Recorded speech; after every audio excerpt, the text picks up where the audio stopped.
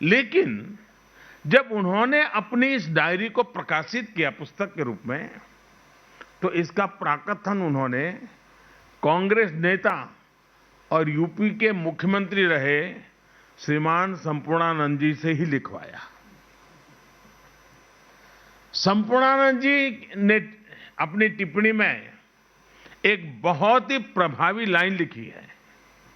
उन्होंने लिखा है, ये पुस्तक फ्यूचर रीडर्स के लिए एक साइकोलॉजिकल ग्लो है।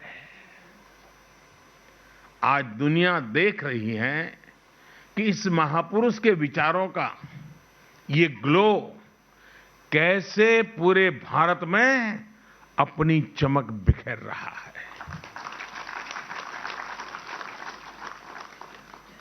साथियों, हमारे शास्त्रों में कहा गया है, स्वदेशो भुवनम त्रयम, स्वदेशो भुवनम त्रयम, अर्थात अपना देश ही हमारे लिए सब कुछ है, तीनों लोकों के बराबर है। जब हमारा देश समर्थ होगा तभी तो हम दुनिया की सेवा कर पाएंगे, एकात्म मानव दर्शन को सार्थक कर पाएंगे। दीनदयाल उपाध्याय जी भी यही कहते थे। उन्होंने एक स्थान पर लिखा था, एक सबल राष्ट्र ही विश्व को योगदान दे सकता है। यही संकल्प आज आत्मनिर्भर भारत की मूल अवधारणा है। इसी आदर्श को लेकर ही देश आत्मनिर्भरता के रास्ते पर आगे बढ़ रहा है। कोरोना काल में देश ने अंत्योदय की भावना को सामने रखा और अंतिम पायदान पर खड़े हर गरीब की चिंता की। आत्मनिर्भरता की शक्ति से देश ने एकात्म मानव दर्शन को भी सिद्ध किया, पूरी दुनिया को दवाएं पहुंचाई और आज दुनिया को वैक्सीन भी पहुंचा रहा है। साथियों, देश की एकता अखंडता के लिए भी आत्मनिर्भरता की जरूरत पर दीनदयाल जी ने विशेष जोर दिया था। 1965 में भारत पाक युद्ध के दौरान भारत को विदेशों से हथियार के लिए निर्भर रहना पड़ता था और दीनदयाल जी ने कहा था कि हमें सिर्फ अनाज में ही नहीं बल्कि हथियार और विचार के क्षेत्र में भी भारत को आत्मनिर्भर बनाना होगा। उनके इस विजन को पूरा करने के लिए भारत आगे बढ़ रहा है। आज भारत में डिफेंस कॉरिडोर बन रहे हैं, स्वदेशी हथियार बन रहे हैं और तेजस जैसे फाइटर जेट्स भी हवा में उड़ान भर रहे हैं। हथियार के क्षेत्र में आत्मनिर्भरता से अगर भारत की ताकत और भारत की अर्थव्यवस्था मजबूत हो रही है, तो विचार की आत्मनिर्भरता से भारत आज दुनिया के कई क्षेत्रों में नेतृत्व दे रहा है। आज भारत की विदेश नीति दबाव और प्रभाव से मुक्त होकर राष्ट्र प्रथम के नियम से चल रही है। नेशन फर्स्ट, प्रकृति के साथ सामंजस्य का दर्शन दीनदयाल जी ने हमें दिया था। भारत आज इंटरनेशनल सोलर अलायंस का नेतृत्व करके दुनिया को वही राह दिखा रहा है। साथियों, दीनदयाल उपाध्याय जी ने दुनिया की किसी भी सोच के प्रभाव में अपने विचारों को नहीं गढ़ा था, इसलिए उनके विचारों में एक मौलिकता थी। भारत की भावना, भारत का मानस, भारत के मूल्य वेद से विवेकानंद तक की भारत की चिंतन यात्रा, ये सारी बातें दीनदयाल जी के चिंतन में झलकती थी। इसलिए वो एक ऐसी अर्थव्यवस्था की बात करते थे जिसमें पूरा भारत शामिल हो, जिसमें पूरे भारत की विविधता झलके। लोकल इकोनॉमी पर विजन इस बात का प्रमाण है कि उस दौर में भी उनकी सोच कितनी प्रैक्टिकल और व्यापक थी। आज वोकल फॉर लोकल के मंत्र से देश इसी विजन को साकार कर रहा है। आज आत्मनिर्भर भारत अभियान देश के गांव, गरीब, किसान, मजदूर और मध्यम वर्ग के भविष्य का निर्माण का एक माध्यम बन रहा है। आखिरी पायदान पर खड़े व्यक्ति का भी जीवन स्तर कैसे सुधरे, ईज ऑफ लिविंग कैसे बढ़े, इसके प्रयास आज सिद्ध होते दिख रहे हैं। उज्ज्वला योजना, जनधन खाते, किसान सम्मान निधि, हर घर में शौचालय, हर गरीब को मकान, आज देश एक एक कदम आगे बढ़ते हुए इसको सिद्ध करता हुआ गौरव के साथ विकास की राह पर चल पड़ा है।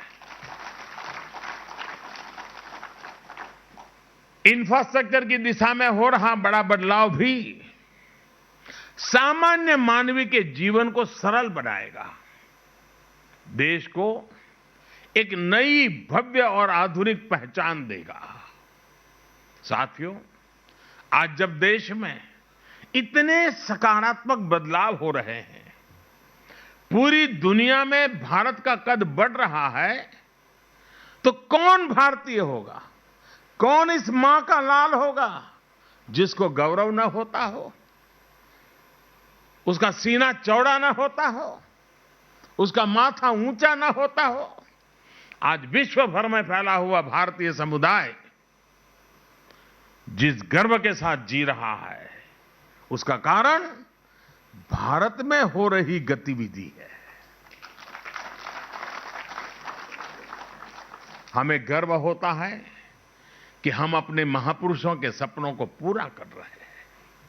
हमें गर्व है कि हमारी विचारधारा देशभक्ति को ही अपना सब कुछ मानती है। हमारी विचारधारा देशभक्ति से शुरू होती है, हमारी विचारधारा देशभक्ति से प्रेरित होती है, हमारी विचारधारा देश हित के लिए होती है।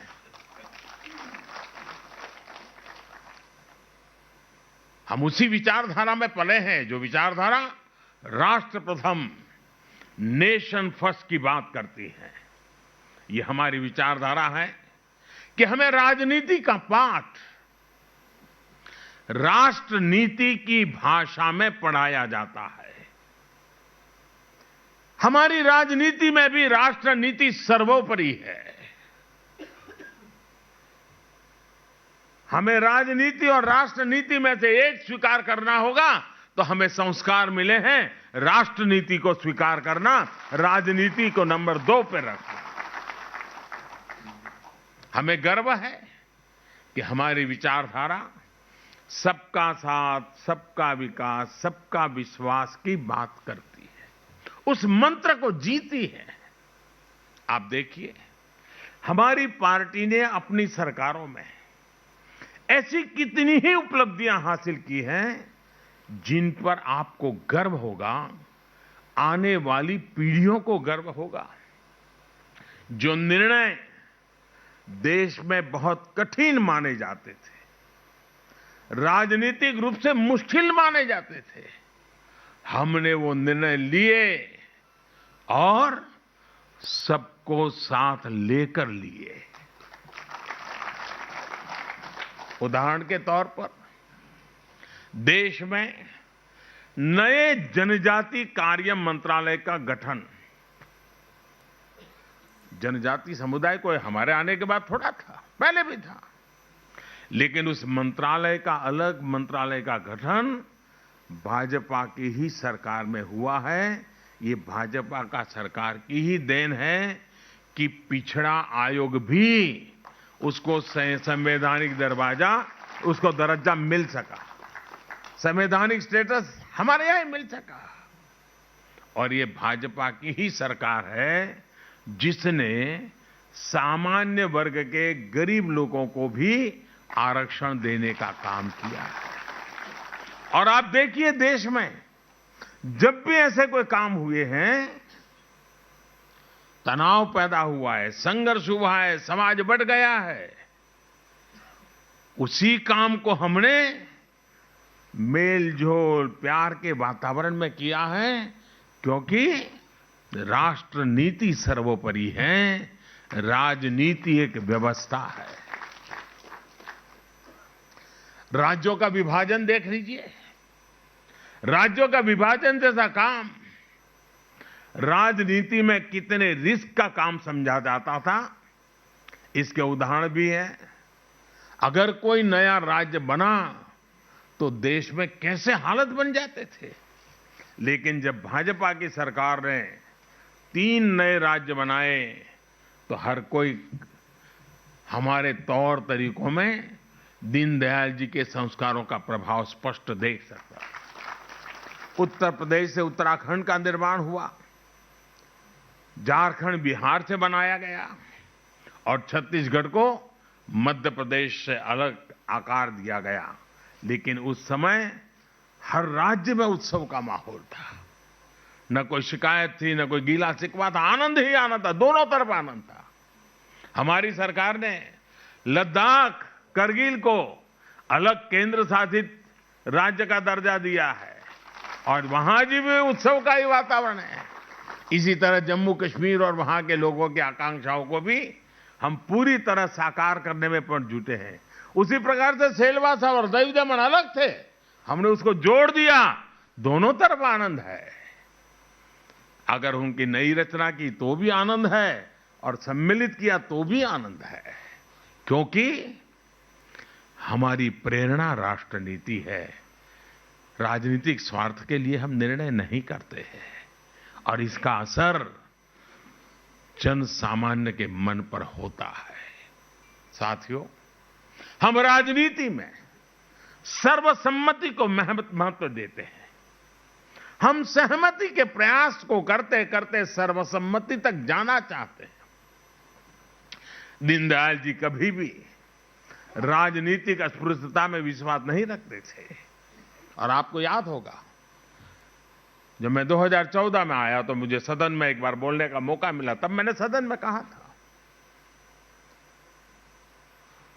और बड़ी जिम्मेवारी के साथ कहा था और बड़े कन्विक्शन के साथ कहा था।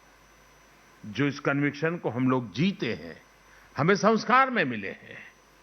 और मैंने पार्लियामेंट में कहा था कि बहुमत से सरकार चलती है, बहुमत से सरकार तो चलती है, लेकिन देश तो सहमति से चलता है, सर्वसम्मति से चलता है। और हम सिर्फ सरकार चलाने नहीं आए हैं, हम तो देश को आगे ले जाने के लिए आए।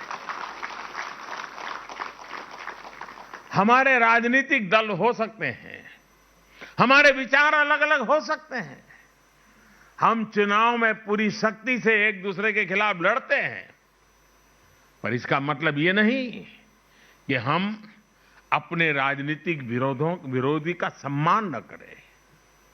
आपने देखा होगा, प्रणब मुखर्जी साहब,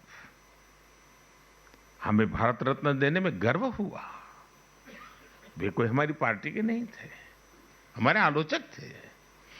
अभी आसाम में तरुण गोगोई जी, नागालैंड में एमसी जमीर जी, ये सारे हमारे राजनीतिक विचार थे, हमारे राजनीतिक दल से कोई लेना देना नहीं था, न ही हमारी पार्टी का हिस्सा थे, न हमारे गठबंधन का हिस्सा थे। लेकिन राष्ट्र के प्रति उनके योगदान का सम्मान करना हमारा कर्तव्य। हमने पद्मश्री दिया, पद्म भूषण दिया। राजनीतिक अस्पृश्यता का विचार हमारा संस्कार नहीं है। आज देश भी इस विचार को, अस्पृश्यता के विचार को अब देश अस्वीकार कर चुका है। हां, ये बात जरूर है कि हमारी पार्टी में वंशवाद को नहीं, कार्यकर्ता को महत्व दिया जाता है। इसलिए आज देश हमसे जुड़ रहा है और हमारे कार्यकर्ता भी हर देशवासी को अपना परिवार मानते हैं। कहीं कोई आपदा आती है तो हमारे करोड़ों कार्यकर्ता अपना सब कुछ छोड़कर वहां पहुंच जाते हैं। तो प्रधानमंत्री नरेंद्र मोदी को आप सुन रहे थे। समर्पण दिवस के मौके पर वो बीजेपी के सांसदों को संबोधित कर रहे हैं।